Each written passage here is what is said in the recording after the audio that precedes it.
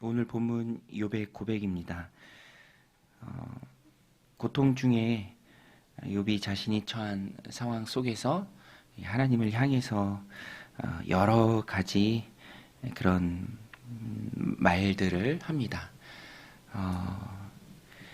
오늘 본문에 보면은 불의한 모습이 세상에 많이 있는데 그것에 대한 심판 또 하나님께서 다스려 주시는 그런 모습들이 잘 안 보인다. 불의한 모습들이 가득한 세상에 정의가 살아있는가라는 그런 욥의 의문들이 이제 고백의 형태로 쭉 나옵니다.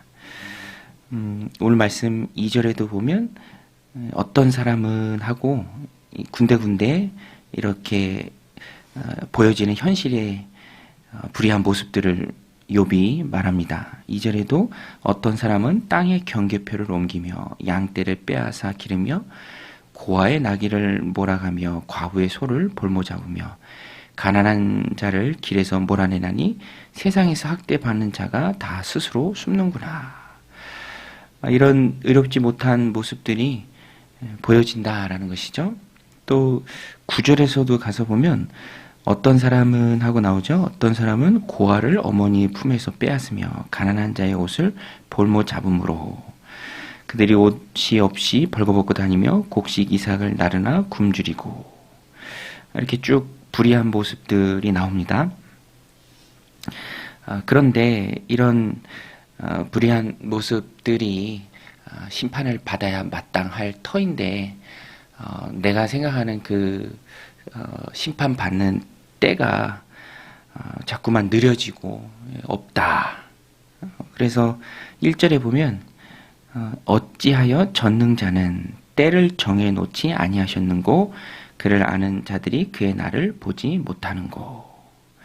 하나님을 아는 의로운 하나님의 백성들이 하나님의 때에 마땅히 심판받아야 할 자들이 더디 그 때를 맞이하는 것 같다. 왜 하나님께서는 이 때를 정해놓지 아니하셨는가? 그런 욥의 불평 어린 말입니다. 그런데 이 오늘 본문에서 우리가 생각해 보면 좋은 것이 정말 그런 하나님의 때, 그런 때가 있는가? 물론 하나님의 때가 있죠. 그런데 우리가 생각할 때 그 하나님의 때가 느리다라고 간혹 느끼고 또 말하게 되는 이유는 그 시점이라는 말 자체가 그 안에 자기 생각이 굉장히 크게 작용하기 때문입니다. 자기 중심적으로 또 보고 또 판단하고 요청하게 된다라는 것이죠. 그런데 내 중심적으로 생각할 때 임해야 할 하나님의 때라는 것은 존재하지 않습니다. 하나님은 하나님 보시기에 원하시는 그때에 하나님께서 일하는 것이죠. 그래서 적절한 시점이다라는 말 자체가 하나님께 대해서 우리가 평가하기에는 옳지 않다라는 것입니다. 하나님의 때는 하나님께 맡겨야죠. 하나님의 시간표는 우리의 시간표와 다를 때가 참 많이 있습니다. 베드로후서 3장 8절에서 9절에서 베드로가 이렇게 얘기하죠. 사랑하는 자들아 주께는 하루가 천년 같고 천년이 하루 같다는 이 한 가지를 잊지 말라. 주의 약속은 어떤 이들이 더디다고 생각하는 것 같이 더딘 것이 아니라 오직 주께서는 너희를 대하여 오래 참으사 아무도 멸망하지 아니하고 다 회개하기에 이르기를 원하시느니라. 베드로가 이렇게 깨달은 것에 대해서 말합니다. 더디다고 생각하는데 그렇지 않다. 하나님께는 천년이 하루 같고 하루가 천년 같으신 분위기에 오래 걸린다라고 생각하지만 그 또한 하나님의 자비하심의 역사고 하나님께서는 악한 자들이 돌이켜 회개하기를 원하시기에 오래 참으실 뿐이다. 그 외에도 우리가 다 깨닫지 못하고 알지 못하고 가늠하지 못하는 하나님만의 여러 가지 뜻이 있는 것이죠. 보여지는 것을 가지고 그것을 느리다 혹은 빠르다 왜 안 보입니까? 라고 함부로 말할 수 없다라는 것입니다. 욥이 이렇게 말하지만 또 뒷부분에 가서 보면 그러나 하나님은 반드시 심판하실 것이다. 반드시 일하실 것이다. 라고 고백합니다. 22절에 가서 보면 그러나 하나님이 그의 능력으로 강포한 자들을 끌어내시나니 일어나는 자는 있어도 살아남을 확신은 없느니라. 하나님의 의로움이 우리들 안에도 있죠. 그래서 악인은 악한 대로 당연히 하나님 앞에 그 심판대 앞에 서야 한다라는 것입니다. 그래서 선한 자가 잘 되고 악한 자가 또 벌을 받는 것이 사람들 안에 심겨진 하나님의 의로움의 모습입니다. 그것이 우리 안에도 있죠. 그러나 중요한 것은 그때는 하나님이 하신다라는 거예요. 그때는 하나님이 알아서 하신다. 특별히 하나님 백성으로서 이 땅에 종말이 있다라는 것을 너무 잘 알고 믿는 우리에게 있어서 우리가 하나님의 때를 계산할 때 중요한 것은 이 땅에서 다 이루어지는 것은 아닙니다. 의로운 자의 의로운 삶도 또 악한 자의 악한 삶도 하나님께서 판단하시고 심판하실 그때는 하나님의 영역이고요. 또 영생의 관점에서 같이 살펴보아야 옳다라는 것입니다. 영생을 놓고 인생을 읽어야죠. 우리의 인생이 일생은 아닙니다.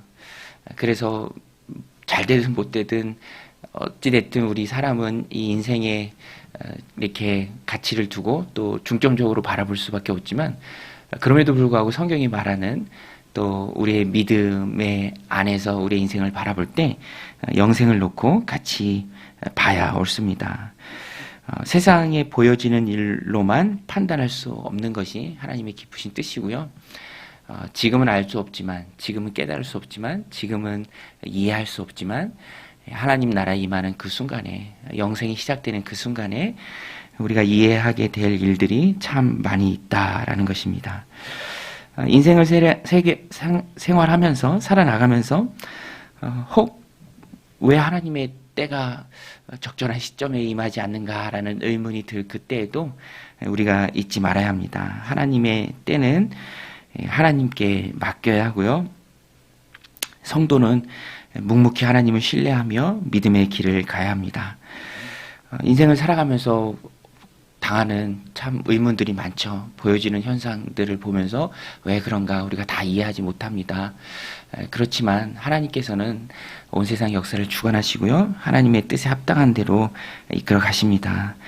지금은 이해하지 못하지만 하나님의 나라에 임할 때, 나팔 불 그때, 우리가 하나님 품에 안길 때, 부활할 그때 모든 의문이 다 풀리고 그때가 진짜다라는 것입니다. 그래서 세상을 살아가면서 겪는 어려움이 있을지라도 다 이해되지 않을지라도 그것을 하나님께 맡기고 하나님을 온전히 신뢰하는 마음으로 살아가는 것이 성도의 바른 모습이다라는 것입니다. 그리고 하나님 품에 안기면 모든 것이 이해가 될 그때가 바로 하나님의 때입니다. 그래서 오늘 말씀 우리들 삶 가운데 적용할 때 하나님 안에서 모든 것을 하나님께 맡기고 그리고 하나님을 신뢰하는 마음으로 오늘 나의 삶을 살아내는 내 때를 주장하지 않고 하나님께 맡기고 묵묵히 견디고 인내할 수 있는 그런 저와 여러분들이 다 되시기를 주님의 이름으로 간절히 축원드립니다. 우리 같이 말씀 붙들고 기도하며 나아가겠습니다. 하나님 아버지, 세상을 살아가면서 내가 다 이해할 수 없는 그런 일들이 참 많이 있습니다. 하나님, 그러나 여전히 하나님이 내 삶을 붙드시고 온 세상 역사를 주관하신다는 사실을 우리가 잊지 않게 하여 주옵소서. 하루를 천년을 하루같이 보내시는 하나님 앞에 겸손히 맡겨드릴 수 있는 우리가 되게 하여 주시옵소서. 이 땅에서 만나는 이해할 수 없는 고난과 슬픔과 어려움들 많이 있지만 하나님을 향해서 불평하지 않게 하시고 하나님의 전능하심에 맡길 수 있는 우리가 되게 하여 주시옵소서. 하나님, 천국을 함께 바라보며 내 인생을 해석하는 우리의 지혜가 있게 하여 주옵소서. 하나님 주시는 지혜가 넘치게 하여 주옵소서. 그래서 어떤 일을 당해도 무슨 일을 만나도 낙심하지 않게 하시고 오히려 하나님께